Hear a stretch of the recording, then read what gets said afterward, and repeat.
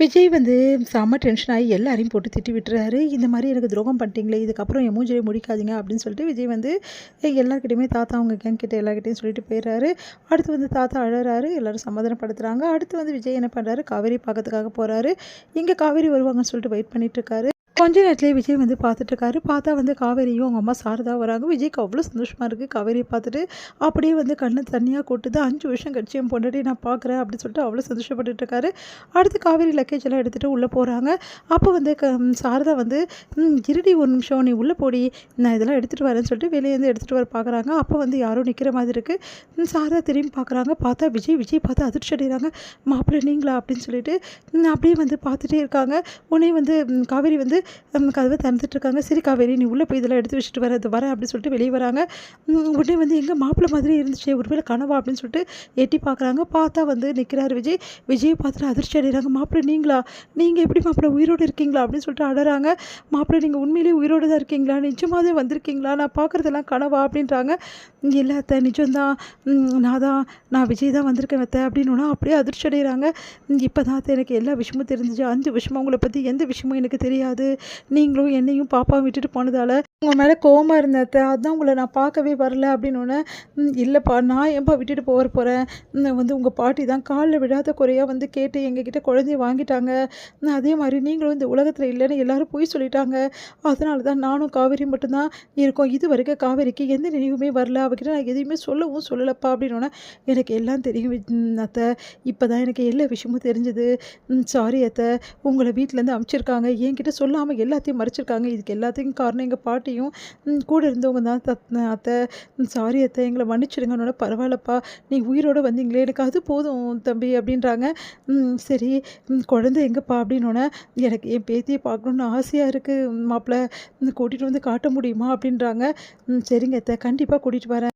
மாப்பிள்ளை நீங்கள் உயிரோடு இருக்கிறது வந்து எப்படியாவது காவேரிக்கு நான் தெரியப்படுத்தணும், எப்படி சொல்ல போகிறேன், எப்படி காவேரிக்கிட்ட எல்லா விஷயத்தையும் சொல்ல போகிறேன்னு எனக்கு தெரியல மாப்பிள்ளை, ஆனால் கூடிய சீக்கிரம் காவேரிக்கிட்ட எல்லா உண்மையும் சொல்லணும்னு வேணாத்த, அந்த தப்பை மட்டும் செய்யாதீங்க. காவேரிக்கு அவளாக நினைவு வந்தால் தான் எல்லாமே நடக்கும். இனிமேட்டு என் பொண்டாட்டியை எப்படி நான் பார்த்துக்கணும், எப்படி அவளுக்கு நினைவு திருப்பி வர வைக்கணும்னு எனக்கு தெரியும் அத்தை, நான் பார்த்துக்கிறேன், நீங்கள் கவலைப்படாதீங்க அப்படின்னு சொல்கிறாங்க. மாப்பிள்ளை உங்களுக்கு எந்த பிரச்சனையும் நல்லா இருக்கீங்களா, நான் நல்லா இருக்கேன் அத்தை, எந்த பிரச்சனையும் இல்லை, நீங்கள் பார்த்து அப்படின்னு சொல்லிட்டு கிளம்புறாரு. இங்கே வந்து ஓடி வராங்க நம்ம சாரதா. அப்படியே வந்து சாமி படத்தை நின்றுட்டு அப்படியே கண்ணீர் சிந்திட்டு இருக்காங்க. இங்கே காவேரி பார்க்குறது என்னம்மா என்ன ஆச்சு உனக்கு, வந்ததுலேருந்து ஒரு மாதிரி இருக்க, ஒன்றும் இல்லடி அப்படின்னு சொல்லிட்டு போகிறாங்க. அடுத்து வந்து இங்கே என்ன பண்ணுறாரு, விஜய் வந்து காவேரியை ஸ்கூலில் சந்திக்கிறாரு, தேங்க்ஸ்ன்னு சொல்கிறாரு. காவேரி வந்து விஜய் பார்த்துட்டு வந்து ரொம்ப அழகாக இருக்காரு அப்படின்னு சொல்லிட்டு ஃபீல் பண்ணுறாங்க. இங்கே வந்து என்ன பண்ணுறாங்க, ரொம்ப சந்தோஷமாக இருக்காங்க குட்டி காவேரி. என்னப்பா இன்னைக்கு சீக்கிரம் வந்துட்டீங்க, நம்ம எங்கே போகிறோம், வீட்டுக்கு போகாமல் வேறு எங்கே போகிறோம் அப்படின்னோடனே ஒரு முக்கியமான இடத்துக்கு தான் போகிறோம், அங்கே போயிட்டு நம்ம வீட்டுக்கு போகலாம் அப்படின்னோடனே சரிங்கப்பா அப்படின்றாங்க. பார்த்தோன்னே வந்து சாரதா நிற்கிறாங்க. தம்பி இங்கே தானே நிற்க சொன்னீங்க என்ன அப்படின்னோடனே உங்களுக்கு உங்கள் பேத்தியை பார்க்கணும் ஆசையாக இருக்கு நீங்களா, அதுக்காக தான் வந்தேன் அப்படி சொல்லிட்டு வந்து காவேரி நீ போய் அந்த பாட்டி இருக்காங்களா அவங்ககிட்ட பேசுறியா, யாருப்பா அந்த பாட்டி, தெரிஞ்ச பாட்டி தான், நீ போய் பேசு அப்படின்னு சொன்னோன்னே சரின்னு சொல்லிட்டு குட்டி காவேரி இறங்குறாங்க. அவங்களோட பார்த்தோன்னே சந்தோஷம் தாங்க முடியல சாரதாக்கு. அப்படியே ஓடி வந்து கையை பிடிக்கிறாங்க. உடனே வந்து முத்தம் வந்து கொடுக்குறாங்க, அப்படியே கட்டி பிடிச்சிக்கிறாங்க. ஒன்றுமே புரியல குட்டி காவேரிக்கு. பாட்டி நீங்கள் யார், எனக்கு உங்களை அடையாளம் தெரியலையே அப்படின்றா. அதை கேட்டுட்டு நான் வந்து அப்படி சொல்ல வராங்க. விஜயை பார்த்துட்டு நான் உன் பாட்டி மாதிரிம்மா அப்படின்ற மாதிரி சொல்கிறாங்க. அதை கேட்டுட்டு ஓ அப்படியா, அப்பா உங்களுக்கு தெரிஞ்சவங்களா, ஆமாடா அப்படின்றாங்க. சரி உன் பேர் என்ன அப்படின்னோடனே என் பேர் காவேரி அப்படி சொல்லிட்டு சிரிக்கிறாங்க. உடனே உணர்ச்சி வசப்படுறாங்க சாரதா.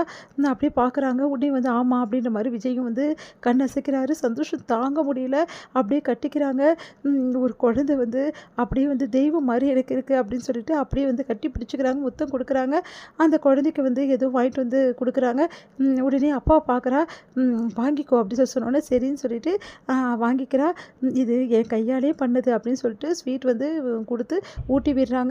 என் பேத்தி என்னால் பார்க்க முடியலன்னு தவிச்சிட்டு இருந்தேன் அப்படின்னு சொல்லிட்டு அப்படியே வந்து கட்டி பிடிச்சிட்டு அப்படியே காவேரி மாதிரியே இருக்காளே அப்படி சந்தோஷப்படுறாங்க.